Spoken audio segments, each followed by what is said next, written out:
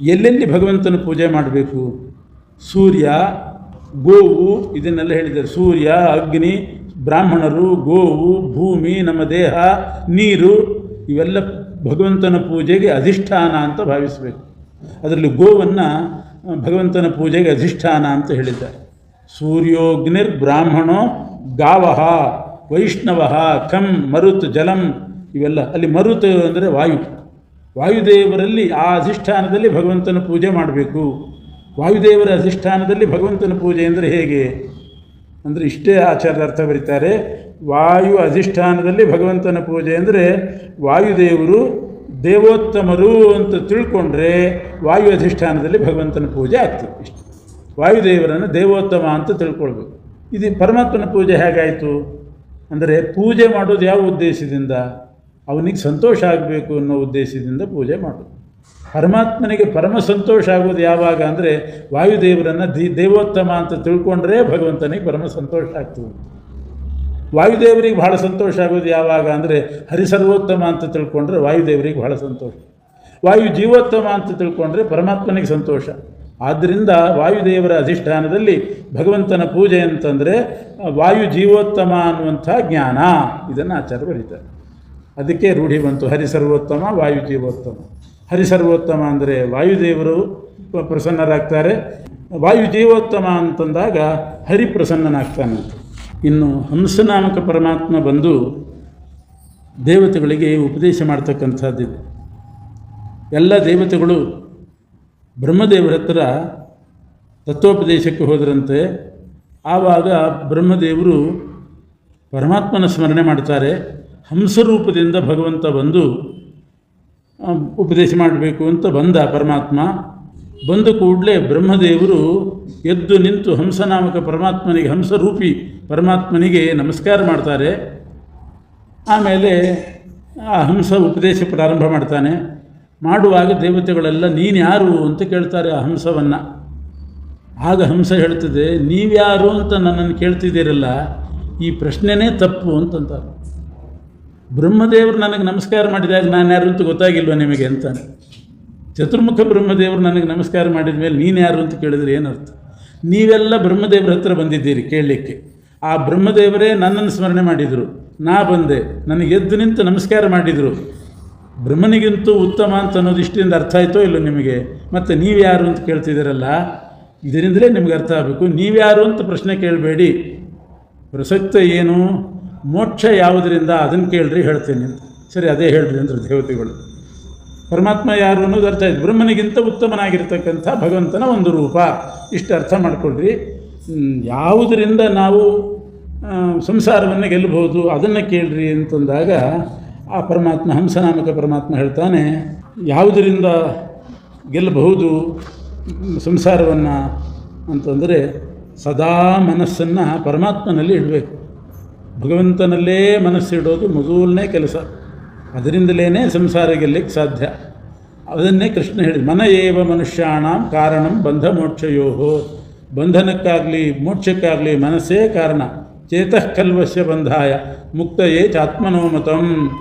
ಮನಸ್ಸನ್ನು ಲೌಕಿಕದಲ್ಲಿಟ್ಟರೆ, ಸದಾ ಇಟ್ಟರೆ ಆ ಮನಸ್ಸೇ ಹಾಳಾಗಿ ಹೋಗ್ತದೆ. ಅದೇ ಮನಸ್ಸನ್ನು ಪರಮಾತ್ಮನ ಪಾದದಲ್ಲಿಟ್ಟರೆ ಅದು ಶುದ್ಧವಾಗಿರ್ತದೆ. ಒಂದು ಹೂವನ್ನು ತೆಗೆದು ಬಿಸಿಲಲ್ಲಿಟ್ಟು ಬಿಟ್ಟರೆ 5 ನಿಮಿಷ ಸಾಕು ಅದು ಬಾಡಿ ಹೋಗಲಿಕ್ಕೆ. ಅದೇ ಫ್ರಿಜ್ಜಲ್ಲಿಟ್ಟರೆ ನಾಳೆ ಬೆಳಗ್ಗೆ ತನಕನೂ ಉಪಯೋಗಕ್ಕೆ ಬರ್ತದೆ. ಹಾಗೆ ಮನಸ್ಸು ಅನ್ನೋದು ಹೂವಿದ್ದ ಹಾಗೆ, ತುಂಬ ಹೂವಿನ ಮನಸ್ಸು ಅಂತ ಇರ್ತಾರೆ, ಅಷ್ಟು ಮೃದು ಮನಸ್ಸು. ಅಂಥ ಮೃದುವಾದ ಹೂವಿನಂಥ ಮನಸ್ಸನ್ನು ನೀವು ಲೋಕದಲ್ಲೇ ಇಟ್ಟುಬಿಟ್ರೆ ಅದು 5 ನಿಮಿಷ ಇಟ್ಟರು ಸಾಕು. ಒಂದು ಕ್ಷಣ ಆ ಕಡೆ ಹೋದರೂ ಕೂಡ ಅದು ಬಾಡಿ ಹೋಗ್ತದೆ. ಸದಾ ಲೋಕದಲ್ಲಿದ್ದರೆ ಆ ಮನಸ್ಸು ಹೂವು ಏನಾಗಲಿಕ್ಕಿಲ್ಲ. ಆದ್ದರಿಂದ ಹೂವು ಹಣ್ಣು ಹಾಗೆ ಬಿಸಿಲಿಗಿಡೋದಿಲ್ಲ, ಇನ್ನೊಂದು ಕೊಳೆತ ಪದಾರ್ಥದ ಜೊತೆಗೆ ಇಡೋದಿಲ್ಲ. ಒಂದು ಮಾವಿನ ಹಣ್ಣಿನ ಪುಟ್ಟಿಯಲ್ಲಿ ಒಂದು ಹಣ್ಣು ಕೊಳೆತದ್ದಿದ್ದರೆ ಅದರ ಸಂಪರ್ಕದಿಂದ ಎಲ್ಲ ಹಣ್ಣು ಕೊಳೀತದೆ. ಆದ್ದರಿಂದ ನಿಮ್ಮ ಮನಸ್ಸು ದುರ್ಜನರ ಸಂಘದಲ್ಲಿ ಇರ್ಕೂಡ್ದು. ಇತ್ತು ಅಂತ ಆದರೆ ಆವಾಗಲೇ ಎಲ್ಲರ ಮನಸ್ಸು, ಅವ್ರ ಮನಸ್ಸು ಕೆಟ್ಟು ನಮ್ಮ ಮನಸ್ಸು ಕೆಟ್ಟು ಹೋಗಿಬಿಡ್ತದೆ. ಭಗವಂತನ ಮನಸ್ಸಿನಲ್ಲಿಟ್ಟರೆ ಶಾಂತವಾಗಿ ತಂಪಾಗಿ ಇರ್ತದೆ ಮನಸ್ಸು. ಇದನ್ನು ಹಂಸನಾಮಕ ಪರಮಾತ್ಮ ದೇವತೆಗಳಿಗೆ ಉಪದೇಶ ಮಾಡ್ತಾನೆ. ಶ್ರೀಕೃಷ್ಣ ಪರಮಾತ್ಮ ಉದ್ಧವನಿಗೆ ಅನೇಕ ವಿಷಯಗಳನ್ನು ತಿಳಿಸಿ ಉಪದೇಶ ಮಾಡಿ ತಾನು ತನ್ನ ಲೋಕಕ್ಕೆ ಹೋಗ್ತಾನೆ.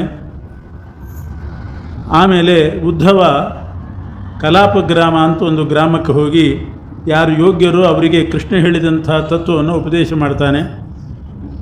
ಕೃಷ್ಣ ತನ್ನ ಲೋಕಕ್ಕೆ ಹೋದ ಮೇಲೆ ಕಲಿಯುಗ ಪ್ರಾರಂಭ ಆಗ್ತದೆ.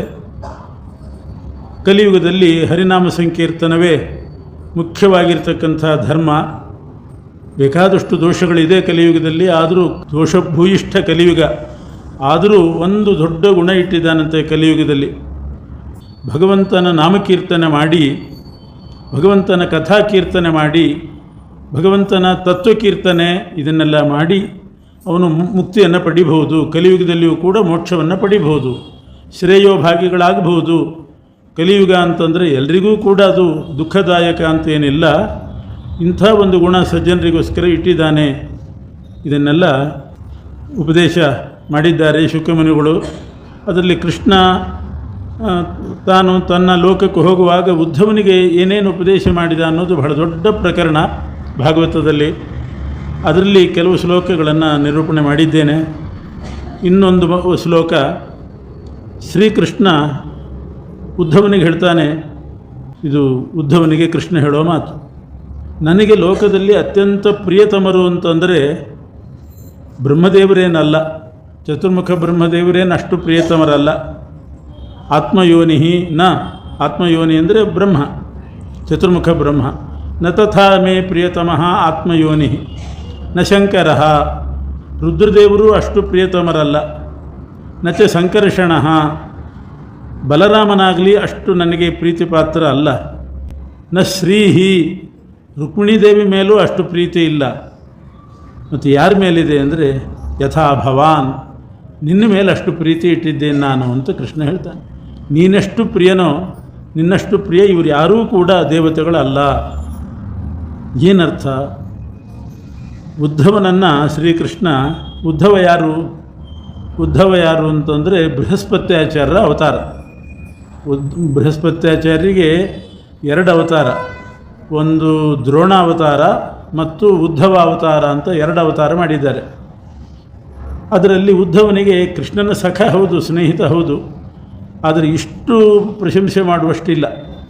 ಉದ್ಧವ ನಿನ್ನಷ್ಟು ಪ್ರಿಯತಮ ಬ್ರಹ್ಮನೂ ಅಲ್ಲ, ಲಕ್ಷ್ಮೀದೇವಿನೂ ಅಲ್ಲ. ಇದೆಲ್ಲ ಯಥಾವತ್ತಾಗಿ ಅರ್ಥ ಮಾಡ್ಕೋಬಾರ್ದು. ಶ್ರೀಮದ್ ಆಚಾರ್ಯರು ಇದರ ಅಭಿಪ್ರಾಯ ತಿಳಿಸ್ತಾರೆ.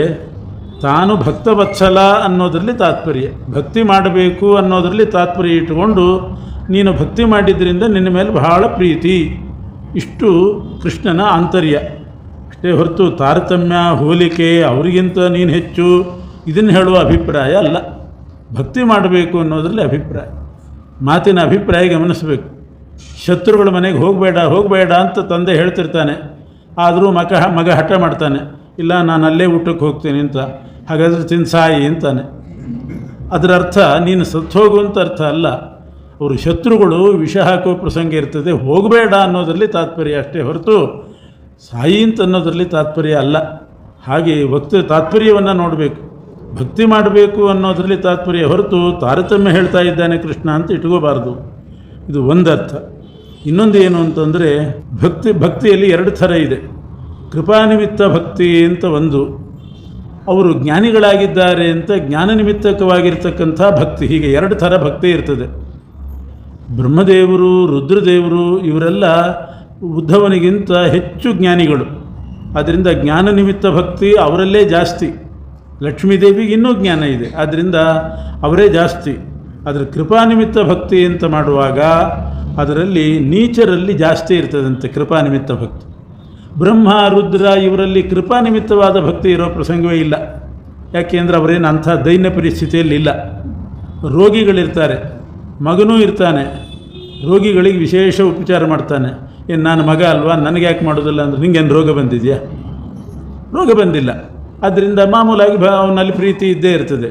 ರೋಗ ಬಂದಾಗ, ಅವರು ಅನಾರೋಗ್ಯದಲ್ಲಿದ್ದಾಗ ಅಥವಾ ತುಂಬ ಬಡತನದಲ್ಲಿದ್ದಾಗ ವಿಶೇಷವಾದಂಥ ಪ್ರೀತಿ ಮಾಡೋದುಂಟು. ಇದು ನೀಚರಲ್ಲೇ ಜಾಸ್ತಿ ಇರ್ತದೆ.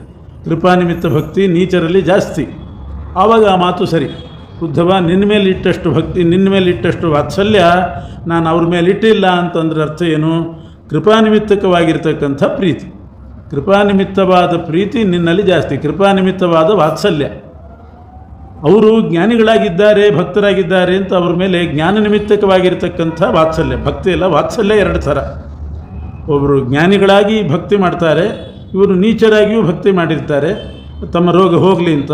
ಆವಾಗ ಅವರಲ್ಲಿ ಮಾಡುವ ವಾತ್ಸಲ್ಯ ಜಾಸ್ತಿಯೇ ಇರ್ತದೆ. ಅದನ್ನು ಕೃಷ್ಣ ಇಲ್ಲಿ ಹೇಳಿದ್ದಾನೆ ಅಂತ ಇಟ್ಕೋಬೇಕು. ಇದು ಲೋಕದಲ್ಲಿಯೂ ಕೂಡ ಹೀಗೆ ಇರ್ತದೆ, ಅದನ್ನು ನಾವು ಅರ್ಥ ಮಾಡಿಕೊಳ್ಬೇಕು. ಇನ್ನೊಂದು ಉಪದೇಶ ಮಾಡ್ತಾನೆ ಶ್ರೀಕೃಷ್ಣ. ನಾನು ಭಕ್ತರ ಮೇಲೆ ಎಷ್ಟು ಪ್ರೀತಿ ಇಟ್ಟಿದ್ದೇನೆ ಅಂತಂದರೆ, ಭಕ್ತರು ಎಲ್ಲಿಯಾದರೂ ಹೋಗುವಾಗ ಅವರ ಬೆನ್ನ ಹಿಂದೆ ನಾನು ಹೋಗ್ತಾ ಇರ್ತೀನಿ ಅಂತಾನೆ. ನಿರಪೇಕ್ಷರಾದಂಥ, ಶಾಂತ ಸ್ವಭಾವದವರಾದ, ನಿರ್ವೈರರಾದ, ಸಮದರ್ಶಿಗಳಾಗಿರ್ತಕ್ಕಂಥ ಭಕ್ತರ ಬೆನ್ನ ಹಿಂದೆ ನಾನು ಯಾವಾಗಲೂ ಹೋಗ್ತಾ ಇರ್ತೇನೆ. ಅವ್ರ ಮೇಲೆ ಅಷ್ಟು ಪ್ರೀತಿ ನನಗೆ ಅಂತಾನೆ. ಸಾಧಾರಣವಾಗಿ ಸಣ್ಣವ್ರ ಹಿಂದೆ ದೊಡ್ಡವ್ರು ಹೋಗೋ ಕ್ರಮ ಇಲ್ಲ. ದೊಡ್ಡವರು ಮುಂದೆ ಹೋಗಬೇಕು, ಸಣ್ಣವರು ಹಿಂಬಾಲಿಸಬೇಕು. ಸಣ್ಣವರು ಹಿಂಬಾಲಿಸೋದು.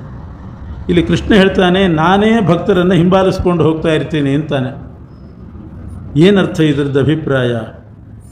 ಭಕ್ತರ ಹಿಂಬದಿಯಲ್ಲಿ ಯಾಕೆ ಹೋಗ್ತಾನೆ ಅಂತಂದರೆ, ಮುಂಭಾಗದಲ್ಲೇ ಪರಮಾತ್ಮ ಏನಾದರೂ ಹೋಗಿಬಿಟ್ರೆ ಆಗ ಭಕ್ತರು ಯೋಚನೆ ಮಾಡ್ತಾರೆ, ಪರಮಾತ್ಮ ಹೆಜ್ಜೆ ಇಟ್ಕೊಂಡು ಹೋಗ್ತಾ ಇದ್ದಾನೆ, ಅದೇ ದೊಡ್ಡ ಕ್ಷೇತ್ರ ಇದ್ದ ಹಾಗೆ ಆ ಹೆಜ್ಜೆ ಮೇಲೆ ನಾವು ಯಾಕೆ ಕಾಲಿಡೋದು ಅಂತ ಸಂಕೋಚ ಪಡ್ತಾರಂತೆ. ಪರಮಾತ್ಮ ಮುಂದೆ ಹೋಗಿಬಿಟ್ರೆ ಚಕ್ರ ಶಂಖಾಂಕಿತವಾದಂಥ ಅವನ ಪಾದ ಇರ್ತದಲ್ಲಿ, ಅದ್ರ ಮೇಲೆ ನಾವು ಯಾಕೆ ಕಾಲಿಡೋದು ಅಂತ ಭಕ್ತಿಯಿಂದಾಗಿ ಅವರು ಸಂಕೋಚ ಪಡ್ತಾರೆ. ಅದಕ್ಕೋಸ್ಕರ ನಾನು ಅವರನ್ನೇ ಮುಂದೆ ಕಳಿಸಿ ಅವ್ರ ಹಿಂದೆ ರಕ್ಷಕನಾಗಿ ಹೋಗ್ತೇನೆ. ಅದರ ಉದ್ದೇಶ ಏನು ಅಂತಂದರೆ, ಆದರೆ ಅವರು ಪಾವನ ಆಗಬೇಕು. ನನ್ನ ಪಾದರೇಣುವಿನಿಂದ ಅವರನ್ನು ಪಾವನಗೊಳಿಸಲಿಕ್ಕೆ. ಅದು ಕೃಷ್ಣ ಹೇಳೋದು ಹಾಗೆ, ನನ್ನ ಪಾದಧೂಳಿಯಿಂದ ನನ್ನ ಭಕ್ತರನ್ನು ಪವಿತ್ರಗೊಳಿಸಲಿಕ್ಕೆ ಅವ್ರ ಹಿಂದೆ ನಾನು ಹೋಗ್ತೇನೆ ಅಂತ. ಅವ್ರ ಹಿಂದೆ ಹೋದರೆ ಕೃಷ್ಣನ ಪಾದಧೂಳು ಅವ್ರಿಗೆ ಸಿಗೋದು ಹೇಗೆ? ಮುಂದೆ ಹೋದರೆ ಪಾದಧೂಳು ಸಿಗ್ತದೆ, ಹಿಂದೆ ಹೋದರೆ ಪಾದಧೂಳು ಸಿಗೋದು ಹೇಗೆ? ಹೀಗಾಗಿ ಇಕ್ಕಟ್ಟಿಗೆ ಸಿಗಾಕೊಂಡಂತೆ ಪರಮಾತ್ಮ. ಮುಂದೆ ಹೋದರೆ ನಾನು ಪಾದ ಊರಿದ ಜಾಗದಲ್ಲಿ ಅವರು ಹೆಜ್ಜೆ ಇಡಲಿಕ್ಕೆ ಸಂಕೋಚ ಪಡ್ತಾರೆ. ನಾನು ಹಿಂಬದಿ ಹೋದರೆ ನನ್ನ ಪಾದಧೂಳು ಅವ್ರಿಗೆ ಸಿಗೋದಿಲ್ಲ. ಏನು ಮಾಡೋದು ಅಂತ ವಿಚಾರ ಮಾಡಿ, ನಾನು ಹಿಂದೆ ಹೋಗೋದೇ ಒಳ್ಳೆಯದು ಅಂತ ಭಕ್ತರನ್ನ ಮುಂದೆ ಕಳಿಸಿ ತಾನು ಹಿಂದೆ ಹಿಂದೆ ಹೋಗ್ತಾ ಗಾಳಿ ಹಿಂದ್ಗಡೆಯಿಂದ ಬೀಸೋ ಹಾಗೆ ಮಾಡ್ತಾನಂತೆ. ಗಾಳಿ ಹಿಂದ್ಗಡೆಯಿಂದ ಬೀಸಿದಾಗ ಅವನ ಪಾದಧೂಳು ಮುಂದೆ ಹೋಗುವ ಭಕ್ತರ ಮೇಲೆ ಬೀಳ್ತದೆ. ಈ ಥರ ಮಾಡಿ ಭಕ್ತರನ್ನು ಅನುಗ್ರಹ ಮಾಡ್ತೇನೆ. ಇದು ಕೃಷ್ಣನ ಅಭಿಪ್ರಾಯ. ಆಚಾರ್ಯರು ಬರೀತಾರೆ, ಇದನ್ನೇ ದಾಸರು ಹೇಳಿದರು. ಭಗವತ ಜನ ಮುಂದೆ ತಾನವರ ಹಿಂದೆ ಅಂತ ದಾಸರು ಬರೀತಾರೆ. ಭಕ್ತ ಜನ ಮುಂದಂತೆ, ತಾನು ಹಿಂದೆ. ಯಾಕೆ ಹಿಂದೆ? ತನ್ನ ಪಾದಧೂಳಿನಿಂದ ಅವ್ರನ್ನ ಪಾವನಗೊಳಿಸಬೇಕು. ಪಾದಧೂಳಿಂದ ಪಾವನಗೊಳಿಸಬೇಕಾದ್ರೆ ಮತ್ತೆ ಗಾಳಿಗೆ ಆದೇಶ ಮಾಡಬೇಕು, ನೀನು ನನ್ನ ಹಿಂದಿನಿಂದ ಮುಂದಕ್ಕೆ ಬೀಸು ಅಂತ. ಆವಾಗ ಅವರು ಪಾವನರಾಗ್ತಾರೆ. ಹೀಗೆ ಬಹಳ ಚಮತ್ಕಾರದ ಉಪದೇಶವನ್ನು ಶ್ರೀಕೃಷ್ಣ ಮಾಡ್ತಾನೆ. ಮುಂದೆ ಏಕಾದಶ ಸ್ಕಂಧದಲ್ಲಿ ಸಿದ್ಧಿ ಮತ್ತು ಯೋಗಗಳು ಎಷ್ಟು, ಸಿದ್ಧಿಗಳು ಎಷ್ಟು ಅಂತ ಅದರ ಬಗ್ಗೆನೂ ಕೂಡ ಏಕಾದಶ ಸ್ಕಂಧದಲ್ಲಿ ವಿವರಣೆ ಬರ್ತದೆ. ಅಷ್ಟಮಹಾಸಿದ್ಧಿಗಳು ಅಂತ ಬಹಳ ಪ್ರಸಿದ್ಧ. ಅದಲ್ಲದೆ 18 ಸಿದ್ಧಿಗಳು ಅಂತ 2 ಥರ ಪರಿಗಣನೆ ಮಾಡ್ತಾರೆ. ಆದರೆ 18 ಸಿದ್ಧಿಗಳು ಅಷ್ಟಸಿದ್ಧಿಯಲ್ಲೇ ಅಂತರ್ಭೂತ ಆಗ್ತದೆ. ಅಷ್ಟಸಿದ್ಧಿಗಳಲ್ಲಿ ಸಿದ್ಧರು ಅಂತ ಇರ್ತಾರೆ, ಅಂದರೆ ಸಿದ್ಧಿ ಮಾಡಿಕೊಂಡವರು. ಮೊದಲನೇ ಸಿದ್ಧಿ ಅಣಿಮ ಅನ್ನುವಂಥ ಸಿದ್ಧಿ. ಶ್ರೀಮದ್ ಆಚಾರ್ಯರ ಚರಿತ್ರೆಯಲ್ಲಿ ನಾವು ಇವೆಲ್ಲ ಸಿದ್ಧಿಗಳನ್ನು ನೋಡ್ತೇವೆ. ಮಧ್ವಾಚಾರ್ಯ ಚರಿತ್ರೆ ಮಧ್ವವಿಜಯದಲ್ಲಿ ಬರ್ತದೆ. ಇದನ್ನೆಲ್ಲ ಚಿತ್ರಣ ಮಾಡಿದ್ದಾರೆ ಅವರು. ಅಣಿಮ ಅಂದರೆ ಸಣ್ಣ ರೂಪವನ್ನು ಧಾರಣೆ ಮಾಡಿಕೊಳ್ಳೋದು, ಬಹಳ ಸಣ್ಣ ರೂಪ.